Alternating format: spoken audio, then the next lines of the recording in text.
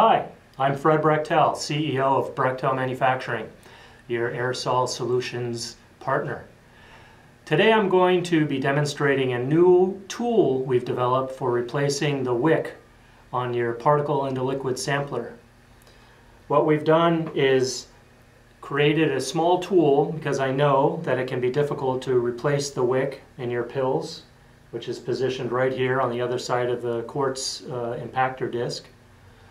To make that job easier, what we've done is created this small Delrin disc that allows you to wrap the wick and pick it off with a pair of tweezers much easier than trying to handle the wick directly with only your hands.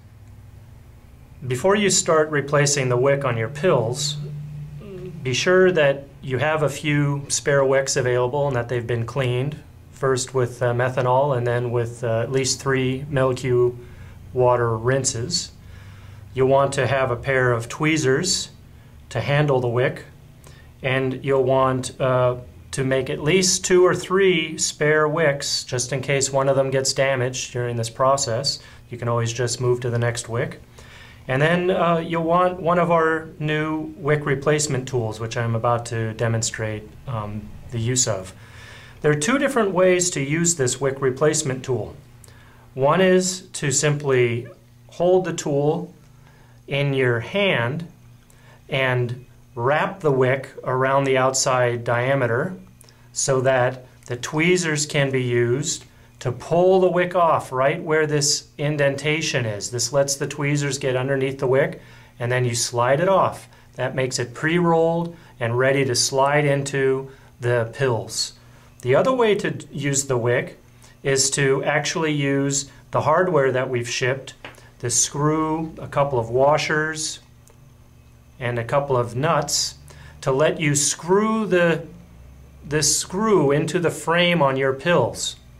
And I'll be demonstrating that in just a moment. But first, let me start by demonstrating the use of the replacement tool if you're just going to hold it free in your hands. Okay, so the first step is to get your wick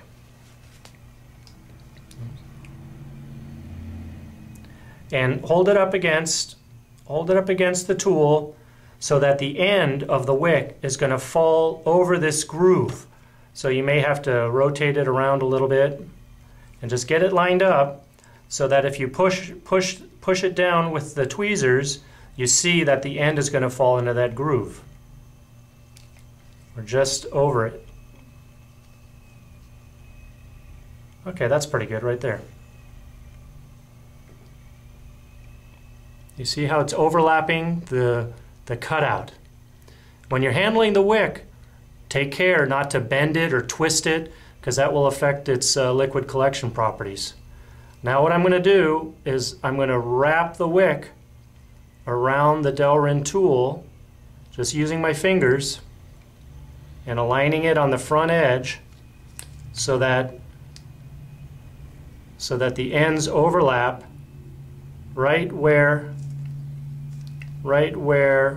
the groove is located. You might need to get over it with your fingers, and then you can grab the 2 ends and you can slide it right off the tool. So now I have the wick rolled, pre-rolled, and at that point I should be able to approach my pills impaction plate and lay the wick right in. The alternative way to use the new Delrin tool is to install the hardware that we've supplied with it.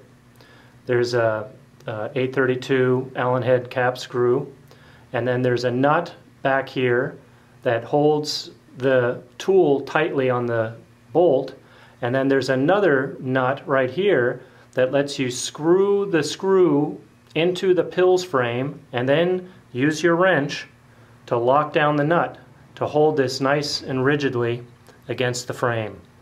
What that does is that frees up both your hands to simply work with the wick. It can be a little bit of a challenge to hold the tool in your hand and wrap the wick around it as we just witnessed. So in this scenario, what I'm going to do is I'm going to hold the wick up against the tool and I'm going to wrap it around, trying to keep it reasonably straight. Try not to cock it on the tool, because that will make it more difficult to get off. And get the ends overlapped right over the groove, and then slip in with the tweezers, and you can even use your gloved hands to help pull it off. And there you go.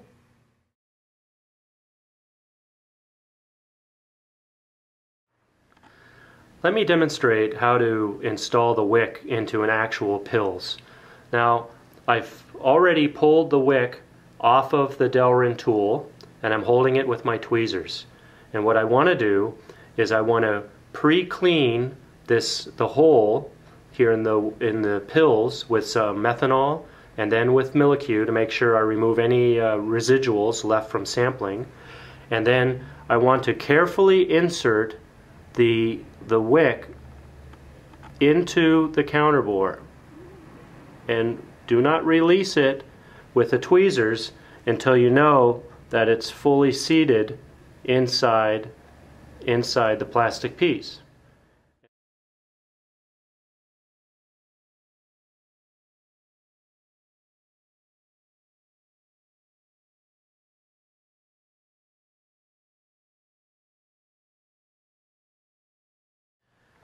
Now that I have the wick installed, you'll notice that I've placed the overlap region on the wick at 9 o'clock here on the side. I recommend that you either put it on one side at, for example, 9 o'clock, 3 o'clock, or 9 o'clock over on the sides. Don't put the overlap region at the bottom or the top, where the wash flow is coming in here or where the liquid sample is being extracted down here. So the next step after the wick has been installed is to take your cleaned quartz impaction disc and pre-install the O-ring. Here's an example. This is the impaction surface side of the disc. Just put your O-ring down on your Kimwipe and push the quartz impaction disc into the O-ring to make sure the O-ring is well seated around the quartz. Do not try to put the quartz into the Pils without the O-ring on. It'll just fall out. So once the O-ring has been installed, then you can slowly insert the quartz disc with the O-ring, and you can use your tweezers to help guide it in, and just push the O-ring in a little bit as you push the quartz disc in. And you'll feel the quartz seat up against the mesh. When the quartz disc stops moving in, I'm applying a little bit of pressure here. That means it's sitting right up against the mesh that we just installed. Do not push it any harder. You can crush the wick, and then you'll have to go through the whole process over again. So once the quartz is seated in place, then you can go ahead and you can put in the O-ring clamping disc, the ring.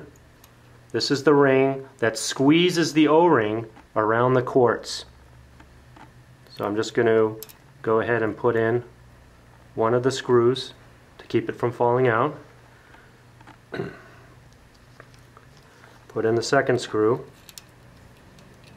Now these are plastic threads and metal bolts, so be very careful not to over tighten the metal bolts or you'll strip the threads.